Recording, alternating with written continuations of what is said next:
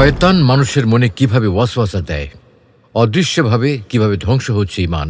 আসসালামু আলাইকুম ওয়ারাহমাতুল্লাহ। প্রিয় দর্শক, আমরা সবাই জানি পবিত্র কোরআনুল কারিমে আস্ত একটা সূরা রয়েছে শুধুমাত্র ওয়াসওয়াসা বিষয়ে। এই সূরার প্রথম থেকে শেষ পর্যন্ত কেবল ওয়াসওয়াসার কথা বলা হয়েছে। এর সমগ্র বিষয়বস্তু কেবল একটাই, অথচ অন্য সূরাগুলোতে দেখা যায় একাধিক বিষয়ের কথা বলা হয়েছে। তাহলে প্রশ্ন হলো, কেন এই সূরায় এমনটা করা হয়েছে? তার মানে কি ওয়াসওয়াসা কোনো বিশেষ গুরুত্বপূর্ণ বিষয়, যার কারণে এটাকে এত গুরুত্ব সহকারে আলোচনা করা হয়েছে? আর যত গুণে নিচ্ছিল, তখন তার সাথে থাকা শয়তানও তা গুণে নেবার সুযোগ পায় এবং হাজ্জাজের মগজের স্মৃতি ভাণ্ডার থেকে তথ্যটি সংগ্রহ করে ফেলে। মহিলার সাথে থাকা শয়তান সাথে সাথেই পাগল মহিলার মনের মধ্যে উত্তরটি ঢুকিয়ে দেয়। মহিলা সঠিক উত্তর বলেও ফেলে। পরবর্তীতে হাজ্জাজ যখন হিসেব করে পাথরকণা তুলে নেয়, তাই শয়তানও তা গুনতে পারেনি এবং পাগলিকে সঠিক তথ্য দেওয়া যায়নি।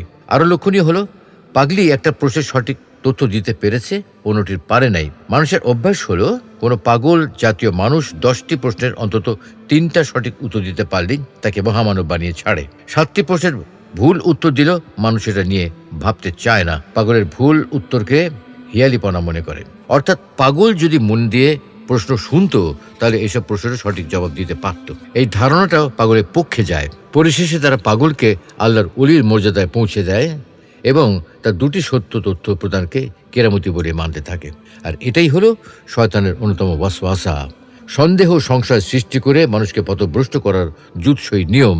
ফলে শয়তানের এক চাতুরিতেই শত শত মানুষ পথভ্রষ্ট হয়ে যেতে বাধ্য। তো প্রিয় দর্শক, আরেকটা বিষয় কাহিনী শোনা যাক। বনী ইসরায়েলের সময় এক ছোট্ট গ্রামে বারসিসা নামে অত্যন্ত ধার্মিক এক ব্যক্তি ছিল। তাকে সন্ন্যাসী বলাও যেতে পারে। সে আল্লাহর একত্ববাদে বিশ্বাস করত এবং বিশ্বাস করত যে ঈসা আলাইহিস সালাম আল্লাহর একজন রাসূল। সেই গ্রামে 3 ভাই ও 1 বোন থাকতো। ভাইদের জিহাদের জন্য ডাকা হলো, কিন্তু তারা বোনকে একা রেখে যেতে চাইল না। কার কাছে রাখবে চিন্তা করতে লাগলো। গ্রামবাসী বারসিসার কথা বলল, কারণ গ্রামের সবাই বারসিসাকে উত্তম চরিত্রবান হিসেবে জানত। তো তারা বারসিসার কাছে গেল। যখন তার কাছে তাদের বোনকে রাখতে চাইলে সে রাজি হলো না এবং বলল, আমি অভিশপ্ত শয়তানের কাছ থেকে পানা চাই, কারণ সে ভয় করছিল গুনাহে লিপ্ত হয়েও যেতে পারে। তখন শয়তান বারসিসার মনে ওয়াসওয়াসা দিতে আসলো। চালাক শয়তান জানতো বারসিসার মন খুবই নরম। সে কানে কানে বারসিসাকে বলল, তারা যদি ভালো কাউকে তাদের মনে যদি খুঁজে না পায় এবং খারাপ কারো কাছে মেয়েটিকে রেখে যায়, তখন কি করবে? এই পরিণতি কি তোমার ভুলের জন্য নয়? বারসিসা বুঝতে পারেনি যে এটা শয়তানের কুমন্ত্রণা। মানুষের প্রতি দরদের কারণে মেয়েটিকে সে সাহায্য করতে রাজি হলো। সে মেয়েটিকে গির্জার বিপরীতে একটা ঘরে থাকতে দিল। গির্জার সামনে মেয়েটির জন্য খাবার রেখে আসতো। মেয়েটি নিজে এসে খাবার নিয়েও যেত। বারসিসার সাথে তার দেখা হতো না। শয়তান বারসিসার কাছে আবার আসলো এবং বলল, তুমি কেন মেয়েটির খাবার তার ঘরের সামনে রেখে আসো না? এর ফলে মেয়েটাকে ঘর থেকে কেউ এতটা পথ একা একা হেঁটে বের হতে বা ফিরে যেতে দেখবে না। বারসিসা রাজি হলো এবং মেয়েটির ঘরের সামনে খাবার রেখে আসতে শুরু করলো। শয়তান এতেও খুশি হলো না। সে আবার আসলো এবং কানে কানে বলল, কেন তুমি তার ঘরের ভিতরে খাবার দিয়ে আসো না? ফলে মানুষ তাকে ঘর থেকে একা একা বের হতে আর ঢুকতে দেখতো না। এবার বারসিসা তার ঘরের মধ্যে খাবার দিয়ে আসতে শুরু করলো। শয়তান আবার আসলো এবং বলল, মেয়েটার সাথে তোমার কথা বলা উচিত, এভাবে একা থাকলে এ তো পাগল হয়ে যাবে। বারসিসা মেয়েটির কথা চিন্তা করে তার সাথে রুমের আড়ালে কথা বলতে শুরু করলো। শয়তানের কুমন্ত্রণায় একসময় তারা একই রুমে কথা বলতে লাগলো। এভাবে শয়তান তার কাজের কঠিন অংশ বাস্তবায়ন করলো। এই পর্যায়ে বারসিসা এবং মেয়েটা একে অপরের প্রতি দুর্বল হলো এবং একসময় ব্যভিচারে লিপ্ত হলো। মেয়েটি গর্ভবতী হলো, একটা বাচ্চা জন্ম দিল। বাচ্চা জন্মের সময় শয়তান বারসিসার কাছে আবার আসলো এবং বলল, এটা তুমি কি করলে? তোমার পাপের প্রমাণ সরিয়ে ফেলো, না হলে মেয়েটির ভাইরা ফিরে আসলে তোমাকে খুন করবে। বারসিসা বাচ্চাটিকে খুন করলো এবং ওই ঘরের মেঝেতে পুঁতে ফেললো। শয়তান এবার বলল, তুমি এক নারীর সন্তান হত্যা করেছো এবং আশা করছো যে সে এটা কাউকে বলবে না? তখন বারসিসা মেয়েটিকেও খুন করলো এবং তাকেও ওই ঘরের মেঝেতে পুঁতে রাখলো। মেয়েটির ভাইরা ফিরে আসলে তাদেরকে একটা মিথ্যা কবর দেখিয়ে বলল, তোমাদের বোন অসুখে মারা গেছে এবং ওই কবরে দাফন করা হয়েছে। তারা বারসিসার কথা বিশ্বাস করলো। সেই রাতে শয়তান 3 ভাইকে একই স্বপ্ন দেখালো যে বারসিসা তোমাদের বোনকে হত্যা করেছে। প্রমাণ হিসেবে তোমাদের বোন যে ঘরে থাকতো তার মেঝে খুঁড়ে দেখতে পারো। ঘুম ভাঙলে তারা একে অপরের স্বপ্নের কথা বলল এবং বুঝতে পারলো তারা 3 জন একই স্বপ্ন দেখেছে। যাচাই করার জন্য তারা বারসিসার এলাকায় যেয়ে প্রথমে বারসিসার দেখানো কবর খুঁড়ল, দেখলো কিছু নেই। এরপর যে ঘরে তাদের বোন থাকতো তারা ওই ঘরের মেঝে খুঁড়ে তাদের বোনের এবং বাচ্চার লাশ পেল। তারা বার্সিসাকে ধরলো এবং বলতে বাধ্য করলো আসলে কি হয়েছিল। তারপরে তারা তাকে রাজার কাছে নিয়ে গেলে রাজা তাকে শিরচ্ছেদ করতে আদেশ দিল। যখন বার্সিসাকে শিরচ্ছেদ করতে নিয়ে যাওয়া হচ্ছিল তখন শয়তান কাছে আবার আসলো। এবার ওয়াসওয়াসা না, এবার মানুষের রূপ নিয়ে এসে আসলো। এসে বলল, শোনো বার্সিসা, আমি হলাম শয়তান। তোমার এই অবস্থা তোমার নিজের চিন্তায় হয়নি, আমিই করেছি, আর একমাত্র আমি তোমাকে বাঁচাতে পারি যদি তুমি আমার কথা মেনে চলো। বার্সিসা বলল, আমাকে কি করতে হবে? শয়তান বলল, আমাকে সিজদা করো, আমি তোমাকে রক্ষা করব। তো বাঁচার জন্য মরিয়া হয়ে বার্সিসা শয়তানকে সিজদা করলো এবং কাফের হয়ে গেল। সিজদা করার সাথে সাথে শয়তান থেকে বলল, আমি এখন তোমার থেকে মুক্ত, আমি আল্লাহকে ভয় করি যিনি বিশ্বজগতের প্রতিপালক।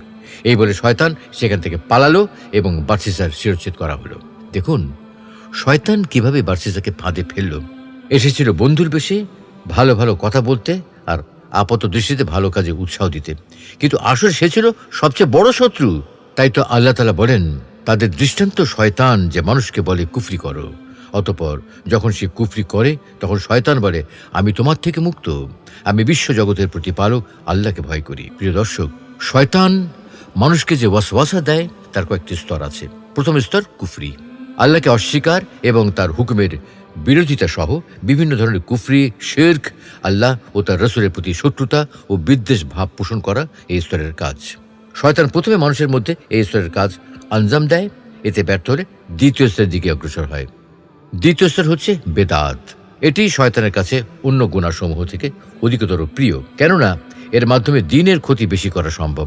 সুফিয়ান সাউরি রহমতুল্লাহি আলাইহি বলেছেন, এর কারণ হলো গুনাহ করে তওবা করার সুযোগ থাকে। বেদাতীরা সাধারণত তওবার দিকে প্রত্যাবর্তন করে না। শয়তান এ কাজে ব্যর্থ হলে তৃতীয় স্তরের দিকে অগ্রসর হয়। তৃতীয় স্তর হচ্ছে কবিরা গুনাহ। কবিরা গুনাহ অনেক, এ বিষয়ে শয়তান ব্যর্থ হলে সে চতুর্থ পর্যায়ের দিকে অগ্রসর হয়। চতুর্থ স্তর সগীরা গুনাহ। ব্যক্তির ধ্বংসের জন্য সগীরা গুনাহকে একত্রিত করাই যথেষ্ট, কেননা এর সংখ্যা অসীম। তাই নবী করিম সাল্লাল্লাহু আলাইহি ওয়াসাল্লাম উদাহরণ দিয়ে বলেছেন, তোমরা সগীরা গুনাহ থেকে বেঁচে থাকো।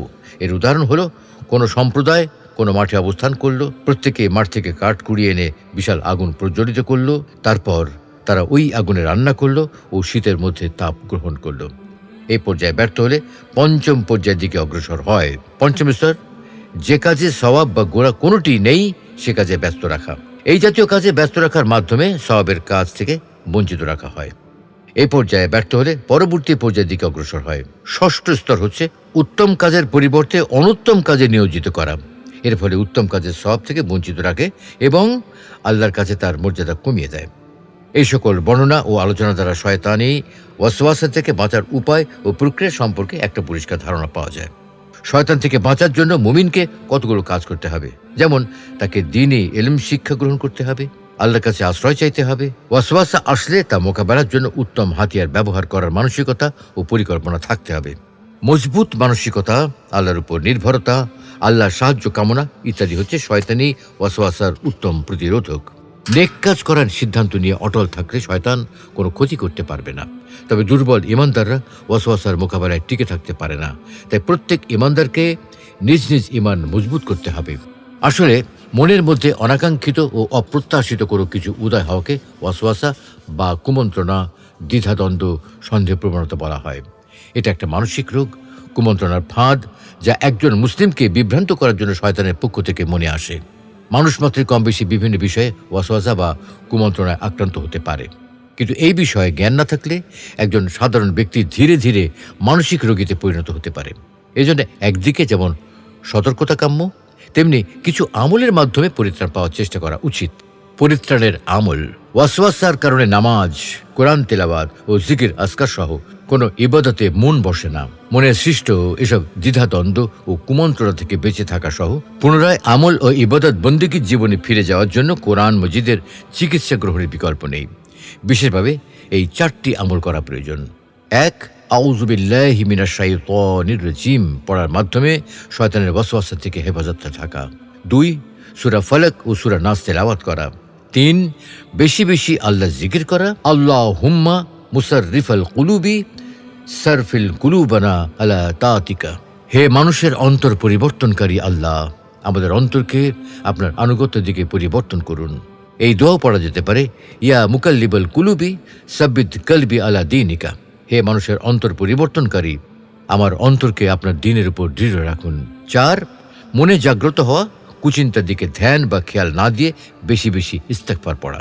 মনে রাখতে হবে, উল্লিখিত 4 কাজ যথাযথভাবে করতে পারলে মনের মধ্যে সৃষ্ট দ্বিধাদ্বন্দ্ব, কুমন্ত্রণা বা ওয়াসওয়াসা থেকে মুক্ত থাকা সহজ, আর তাতে মনের মধ্যে ইবাদত বন্দিগির প্রবল আগ্রহ তৈরি হবে।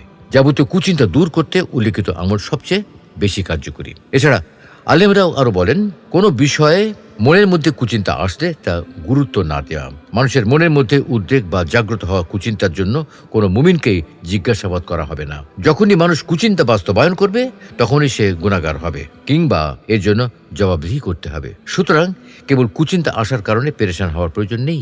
প্রখ্যাত মুফাসসির আল্লামা জামাখশরী রহমতুল্লাহি আলাইহি বলেছেন, সাহাবায়ে কেরাম বলতেন, মাছি যেরূপ কোনো কিছুতে জড়ো হয় তেমনি শয়তানও মানুষের হৃদয়ে জড়ো হয়, তাকে না তাড়ালে সব কিছু নষ্ট হয়ে যাবে। এই বর্ণনায় শয়তান মানুষকে কিভাবে ওয়াসওয়াসা দেয় এর যথার্থ স্বরূপ ফুটে উঠেছে। মানুষের বিবেক ও হৃদয়কে নষ্ট করতে পারলে তাকে গোমরা করা সহজ। শয়তান নিজ মুখ ও সুর সেই মানব হৃদয়ে মাছির মতো বসিয়ে তাতে কুমন্ত্রণা দেয়। তাই জন্মগতভাবে সত্যের সৈনিক মানব সন্তান শয়তানের সৈনিকে পরিণত হয় এবং আল্লাহর আদেশ নিষেধ অমান্য করতে থাকে। অতএব শয়তানের ওয়াসওয়াসা থেকে মুক্তির উপায় হলো আল্লাহ জিকির, তওবা ইস্তেগফার, কোরআন পাঠ, বিশেষত সূরা নাস ও ফালাক পাঠ করা এবং এর মাধ্যমে শয়তানকে তাড়ানো। যেন আল্লাহকে স্মরণ করার মাধ্যমে একদিকে তার রহমত ও বরকত অর্জন করা যায় এবং পাশাপাশি দুনিয়া আখিরাতে সাফল্য লাভ করা যায়। আল্লাহ রাব্বুল আলামিন আমাদের সকলকে মানব ও জিন শয়তানের সকল ওয়াসওয়াসা থেকে সুরক্ষিত থাকার তৌফিক দান করুন।